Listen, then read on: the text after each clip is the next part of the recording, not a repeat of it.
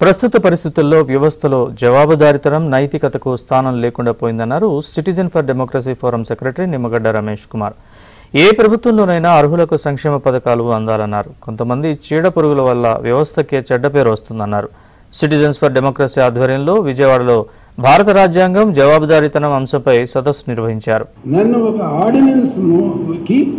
Ordinance ద్వారా నేను నియామకమైన 243K సిద్ధాంతానికి వ్యతిరేకంగా నన్ను ఒక ఆర్డినెన్స్ ద్వారా ప్రభుత్వం అప్పుడు రద్దు చేసినప్పుడు నేను దీని గురించి ఏం చేయాలా అని ఆలోచిస్తున్న నేపథ్యంలో నేను ఎన్నికల కమిషనర్గా ఉన్నప్పుడు ఎన్నికల కోడ్ అమల్లో ఉన్నప్పుడు నా మీద ప్రతిపక్ష నాయకుడి మీద ఈ జిల్లాకు చెందిన ఒక మంత్రి గారు దుర్భరమైన భాషతో విరుచుకుపడ్డప్పుడు నేను దానికి స్పందించి ఆయన మీద ఒక గ్యాగ్ ఆర్డర్ ఇచ్చాను.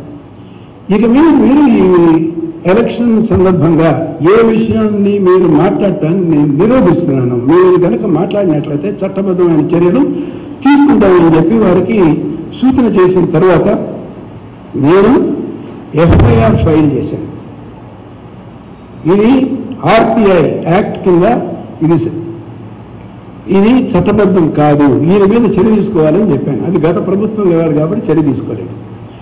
ఈ ప్రభుత్వం వచ్చిన తర్వాత కూడా అయ్యా దీని మీద చర్య తీసుకోవాల్సింది ఇప్పుడు ప్రస్తుతం ఎలక్షన్ కమిషనరు. వాళ్ళు ఏం చేయాలి, నా గతంలో ఉన్న ఎలక్షన్ కమిషనర్ మీద ఇతను దుర్భాషలు అయ్యాడు, గతంలో ఉన్న ఎలక్షన్ కమిషనర్ వలన ఒక ఎఫ్ఐఆర్ ఫైల్ చేశాము. ఆ ఎఫ్ఐఆర్ సంగతి ఏమైంది, దాన్ని ఛార్జ్ చేయండి, మీరు ట్రయల్ మొదలు పెట్టండి అని చెప్పి ప్రస్తుతం ఎలక్షన్ కమిషనర్ అడగాలి. నేను ఇదిగో తక్షణమే చర్య తీసుకుంటున్నానని చెప్పిన వ్యక్తి ఎవరు, సాక్షాత్తు ఈ రాష్ట్రానికి డీజీపీగా ఉన్న గుప్తా గారు. ఆయన నాకు స్వయంగా చెప్పారు చర్య తీసుకుంటానని. ఈ రోజు వరకు చర్య తీసుకోలేదు.